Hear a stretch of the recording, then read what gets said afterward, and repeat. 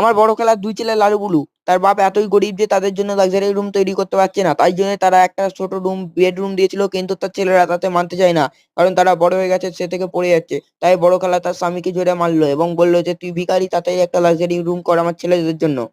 তো খালার ঘরটা আমি ডিজাইন করব। ১ম এখানে স্টিলের ফ্রেম লাগিয়ে দেবো। তারপর চারিপাশে সেখানে লাগিয়ে দেবো ছোট, ছোট পায়া। এরপর সেখানে স্টিলের ফ্রেম লাগানোর পর সেখানে কার্ডবোর্ড ঘিরে দেবো। তার উপরে টেম্পেল লাগিয়ে বিছানা লাগিয়ে দেবো। এরপর ছেলেরা শুয়ে থাকে এবং মাথা না ঘষে যায় দেয়ালে, তার জন্য সেখানে সোফার ফ্রেম লাগিয়ে দেবো। এরপর সেখানে দেয়াল আলমারি করে দেবো। তারা যেন সেখানে বই ও সকেট লাগিয়ে দেবো, ফোন চার্জ দিতে পারে।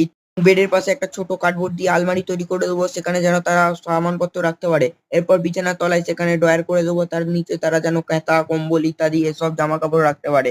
এবং জামাকাপড় রাখার পর তাদের জন্য একটা লাগবে আলমারি। তাই আলমারি তৈরি করে দেবো, তারা যেন সেখানে কম্বল এবং খালার পুরনো কাপড় রাখতে পারে। এবং তাদের স্টাডি টেবিল লাগবে, এবং স্টাডি টেবিল তৈরি করার আগে ভিডিওটা লাইক করুন, দেখবেন কেমন লাগবে দেখুন।